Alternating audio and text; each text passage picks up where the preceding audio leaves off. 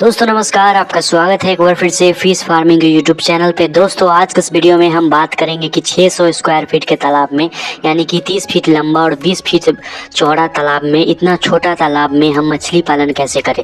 दोस्तों हम इतना छोटा तालाब में भी बहुत ही आसानी से मछली पालन कर सकते हैं। मैं वीडियो के आगे आपको बताऊंगा कि हम किस मछली का पालन कर सकते हैं और कितना लाभ हमें होगा, कितना खर्च होगा, पूरा जानकारी आपको इस वीडियो में मिलेगा। दोस्तों मात्र इतना छोटा तालाब यानी कि 30 फीट लंबा तालाब और 20 फीट चौड़ा तालाब से भी हमें बहुत ज़्यादा फायदा होता है। तो पूरा वीडियो देखिएगा अगर आपको अच्छे से जानकारी चाहिए कि 600 स्क्वायर फीट के तालाब में हम सफल मछली पालन कैसे कर सकते हैं। तो दोस्तों चलिए शुरू करते हैं। बात करते हैं कि 600 स्क्वायर फीट का तालाब निर्माण से तो आपको 30 फीट लंबा और 20 फीट चौड़ा यानी कि 600 स्क्वायर फीट का तालाब निर्माण करना है। तालाब निर्माण करने के बाद आपको चूने का छिड़काव करना है। अब बात करते हैं कि 600 स्क्वायर फीट के तालाब में हम कितना चूने का छिड़काव करेंगे। तो 600 स्क्वायर फीट के तालाब में यानी कि 30 फीट लंबा तालाब में और 20 फीट चौड़ा तालाब में आपको 40 kg चूने का छिड़काव करना है। यानी कि चूने को घोलकर जब आप तालाब निर्माण कर लेंगे उसके बाद उसमें 40 kg चूना डालेंगे। दोस्तों तालाब की गहराई जो होनी चाहिए वो 6 फीट होनी चाहिए यानी कि 30 फीट लंबा तालाब और 20 फीट चौड़ा, और उसकी गहराई जो होगी वो 6 फीट होगी जिसमें 5 फीट तक पानी रहेगी। चूना डालने के बाद हम तालाब में पानी भर देंगे 5 फीट तक। उसके बाद उसमें 30 kg तक गोबर डालेंगे। गाय का गोबर हो या भैंस का गोबर हो आप उसमें डाल सकते हैं। दोस्तों आज के इस वीडियो में हम बात कर रहे हैं पंगेसियस मछली के पालन के बारे में कि जासर मछली का पालन हम मात्र 600 स्क्वायर फीट के तालाब में कैसे करें। दोस्तों हम बहुत ही आसानी से कर सकते हैं। बात करते हैं कि कितना मछली का बच्चा हम 600 स्क्वायर फीट के तालाब में जासर मछली का रखेंगे। तो आप 1200 बच्चा बहुत ही आसानी से जासर मछली का 600 स्क्वायर फीट के तालाब में रख सकते हैं। दोस्तों जैसे कि मैंने बताया कि चूना डालने के बाद, पानी भरने के बाद, गोबर डालने के 48 घंटे के बाद आपको मछली का बच्चा अपने तालाब में रखना है 600 स्क्वायर फीट के तालाब में। दोस्तों क्योंकि हम जासर मछली का पालन करने जा रहे हैं 600 स्क्वायर फीट के तालाब में, तो यह एक ऐसी मछली है जो कांटेदार मछलियां होती है, जिसके शरीर में भी बहुत सारे कांटे निकले होते हैं जो एक दूसरे को चुभती है और उससे एक दूसरे को घाव हो जाती है।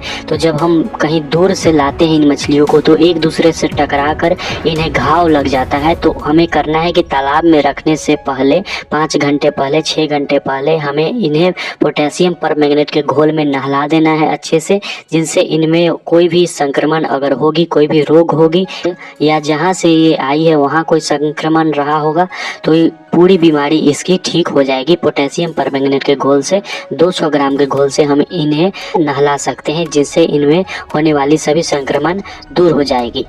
दोस्तों बात करते हैं कि जैसे कि हमने बच्चा तालाब में डाल दिया जासर मछली का, उसके बाद हम उसे भोजन में क्या देंगे। तो जैसे कि हमारा तालाब जो है वो छोटा तालाब है तो हम उन्हें घर का भी बचा खुचा खाना दे सकते हैं, नहीं तो हम उन्हें होममेड फीड बनाकर अलग से दे सकते हैं, जिसमें हमारा राइस ब्रान आता है, सरसों की खली आती है, गुड़ आता है, मक्का का दर्रा आता है। तो ये सब मिलाकर भी हम जासर मछलियों के लिए भोजन बना सकते हैं, नहीं तो हम उन्हें फ्लोटिंग फीड भी दे सकते हैं। तो बात करते हैं कि कितना हम भोजन उन्हें दें।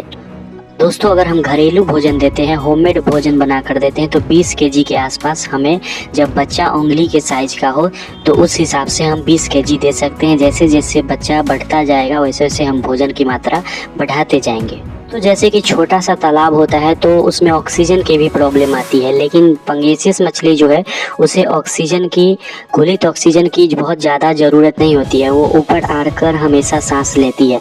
लेकिन फिर भी बात करते हैं कि हम ऑक्सीजन की मात्रा कैसे बढ़ाएं। तो 600 स्क्वायर फीट का तालाब है यानी कि उसमें बहुत ही कम पानी होता है, तो उसमें हम क्या कर सकते हैं कि सुबह में एक बार और शाम में एक बार हमें करना है कि कुछ बाल्टियाँ हमें ले लेनी है, 2-3 बाल्टियाँ हम ले लेंगे। उसके बाद बाल्टियों से हमें तालाब का कुछ पानी निकालना है और 5 फीट ऊपर से हम उसी तालाब में उसी पानी को डालेंगे। 3-4 बार ऐसे हम सुबह शाम कर देंगे तो मछलियों के लिए ऑक्सीजन का निर्माण, घुलित ऑक्सीजन का निर्माण तालाब में हो जाएगा।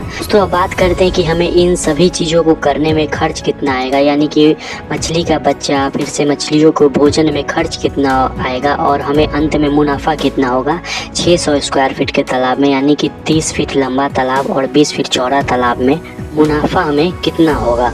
दोस्तों मछली का बच्चा में हमें 6,000 रुपये तक का खर्च आएगा। जासर मछली का बच्चा में हमें 6,000 रुपये तक का खर्च आएगा।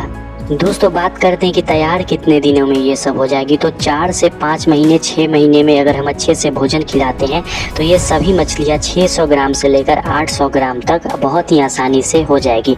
अगर हम 1200 मछलियों का एवरेज साइज़ 600 ग्राम ही लेकर चले तो ये 720 केजी हो जाती है, यानी कि 720 केजी तक सभी मछलियों का वजन हो जाता है। अगर हम रेट लेकर चले 110 रुपया ही 720 मछलियों का, तो उस हिसाब से हमें 79,200 रुपये तक का मछली हमारी सेल होती है। जैसे कि दोस्तों मैंने बताया कि 6,000 रुपये तक का हमें बीज में और 30,000 रुपये तक का हमें भोजन में खर्च आएगा, तो उस हिसाब से 36,000 रुपये तक का हमें खर्च आएगा। अगर 79,200 रुपये में से 36,000 रुपये को घटाते हैं हम, तो 43,200 रुपये तक का हमें फ़ायदा होता है। दोस्तों मैंने 600 ग्राम ही एवरेज साइज़ लेकर चला है। अगर कोई मछलियाँ 800 ग्राम 1 केजी 1.5 केजी तक भी हो जाती है, तो उस हिसाब से आप जोड़ सकते हैं कि हमें 50,000 रुपये तक का फ़ायदा होता है मात्र 600 स्क्वायर फीट के तालाब में।